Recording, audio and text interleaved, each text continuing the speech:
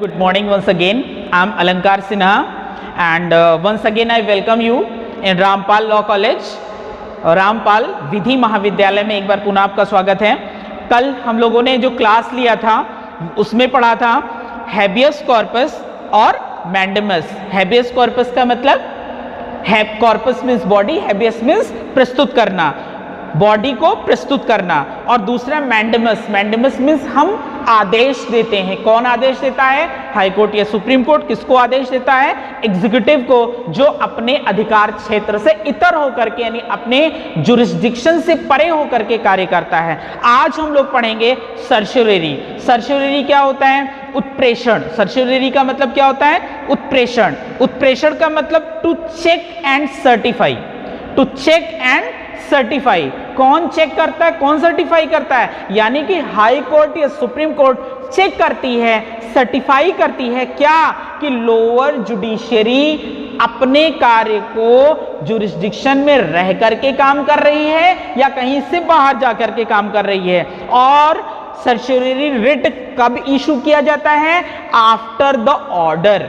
जब कोई ऑर्डर निचली अदालत ने यानी लोअर कोर्ट ने अगर दे दिया है तो लोअर कोर्ट की उस ऑर्डर को क्वैश करने के लिए सर्शियरी रिट इशू किया जाता है। कौन इशू करता है? हाई कोर्ट या सुप्रीम कोर्ट। इसके ग्राउंड्स क्या क्या हैं? अब हम लोग इस पर डिस्कस करते हैं कि इशू करने के ग्राउंड्स क्या हैं। पहला ग्राउंड आप नोट कर लीजिए, exceeding of jurisdiction.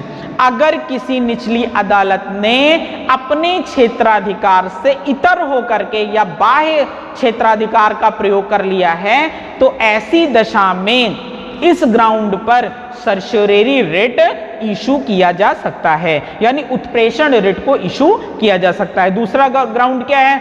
No court jurisdiction, यानी कि जिस मुकदमे में कोर्ट को सुनने का अधिकार ही नहीं था और उस मुकदमे की सुनवाई कोर्ट ने कर दिया है, तो ऐसी दशा में भी हाई कोर्ट या सुप्रीम कोर्ट सर्शियरी रिट को इशू करती है। तीसरा ग्राउंड क्या है? अनफेयर जुरिस्डिक्शन, यानी कि उसका जुरिस्डिक्शन अनफेयर है, यानी जुरिस्डिक्शन में कहीं कंफ्यूजन है। So 3 grounds are there given. First ground is exceeding of jurisdiction, यानी कि उसके क्षेत्राधिकार को एक्सीड करके उसने अपनी शक्ति का प्रयोग कर लिया है। Second is no court jurisdiction, यानी कि उसको जुरिस्डिक्शन ही नहीं है, उस कोर्ट को जुरिस्डिक्शन नहीं है, यानी कि किसी दूसरे कोर्ट को जुरिस्डिक्शन है। अनफेयर जुरिस्डिक्शन, यानी कि वहां पर जुरिस्डिक्शन का कंफ्यूजन है।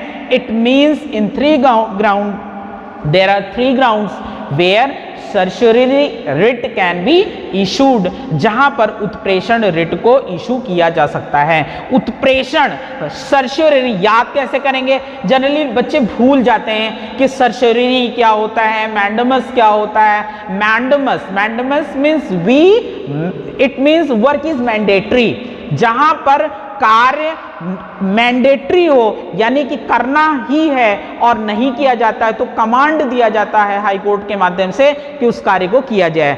सर्शियरी पहले के 4 लेटर्स आप ले लीजिए, CERI सर है या सर या, और इसमें एक सर्टेनिटी की भी बात है, यानी कि अगर सर्टिफाई करने की बात आ रही है कि जहां पर सर्टिफाई की बात आ जाती, कौन सर्टिफाई करेगा, कौन चेक करेगा?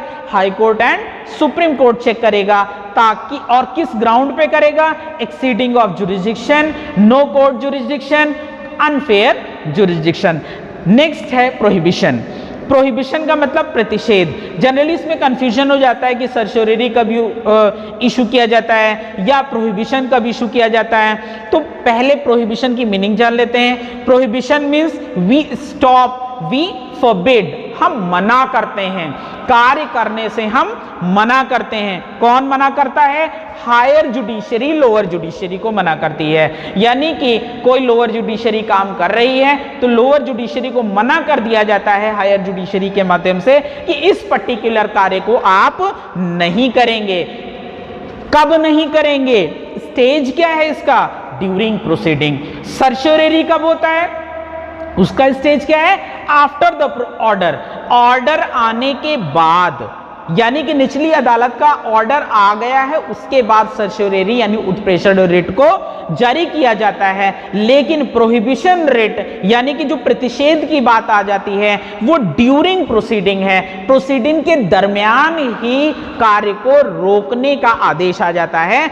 यानी कि प्रोहिबिशन प्रोहिबिट करता है, मना करता है ड्यूरिंग प्रोसीडिंग, और सर्श्योरेरी क्या करता है कि after the issuance of order, उस ऑर्डर को क्वैश करने के बाद सर्श्योरेरी करता है। लास्ट में क्या है, quo warranto. Quo warranto means what are the right, it means who warranted you.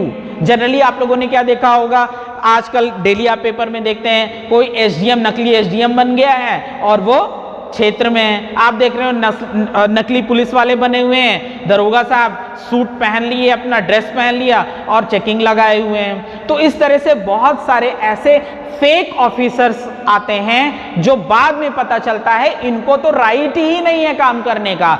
यानी कि अगर मान लो साल 2 साल इन्होंने काम कर लिया और उसके बाद पता चलता है कि पर्टिकुलर व्यक्ति जो अपनी पोस्ट को होल्ड कर रहा है वो रियल में उस पोस्ट का होल्डर ही नहीं है, तो ऐसी सिचुएशन में हाई कोर्ट उससे क्वेश्चन करती है हु वारंटेड यू, मतलब व्हाट इज योर अथॉरिटी, आपको अधिकार कैसे मिला।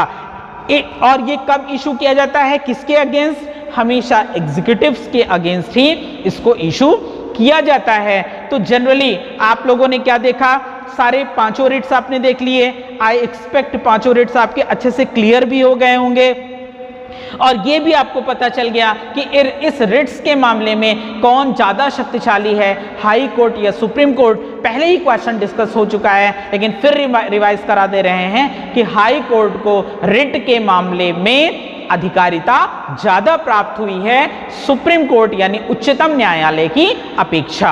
अब अगला हम लोग कर लेते हैं, डिफरेंस क्या है मैंडेमस और प्रोहिबिशन, मैंडेमस, प्रोहिबिशन और सर्श्योरेरी में। मैंडेमस क्या बताया, परमादेश, प्रोहिबिशन प्रतिषेध, सर्श्योरेरी उत्प्रेषण।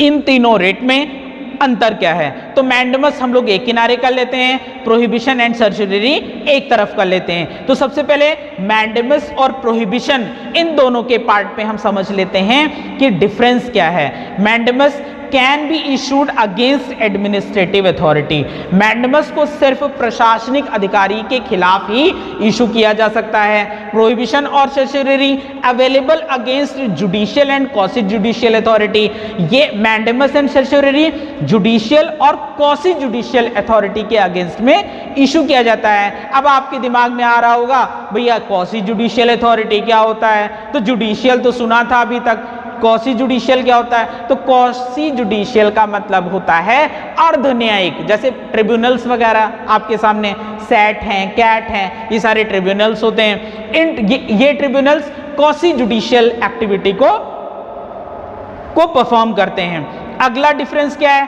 Acts where authority declines jurisdiction, यानी कि मैंडेमस कहां पे वर्क करता है, जहां पर जुरिस्डिक्शन डिक्लाइन होता है, उनको जुरिस्डिक्शन ही नहीं है। और prohibition and certiorari acts where the courts tribunals exceed their jurisdiction, यहां पर अपने जुरिस्डिक्शन को एक्सीड कर देता है और उसको स्टॉप किया जाता है। यहां जुरिस्डिक्शन ही नहीं मैंडेमस में, और यहां जुरिस्डिक्शन है तो एक्सीडिंगली वे में यूज कर रहा है। लास्ट पॉइंट क्या है, डिमांड्स एक्टिविटी, यहां मैंडेमस में कोई एक्टिविटी होना डिमांड करता है, भाई आप कोई कार्य करेंगे तभी तो रोका जाएगा आपको कि इस कार्य से आपको एग्जीक्यूटिव को रोका जा रहा है, यानी आदेश दिया जा रहा है आपको, हम आदेश देते हैं। डिमांड्स एक्टिविटी, और प्रोहिबिशन में डिमांड्स इन एक्टिविटी, यहां किसी एक्टिविटी की डिमांड नहीं है। तो आज आपने क्या क्या देख लिया है, सारे 5 रिट्स क्लियर हो गए, डिफरेंस भी आपको पता चल गया है। पॉइंट्स अभी शॉर्ट पॉइंट और भी यूज नोट कर सकते हैं कि बोथ आर जुडिशियल रिट्स, कौन कौन से, सर्श्योरेरी एंड प्रोहिबिशन।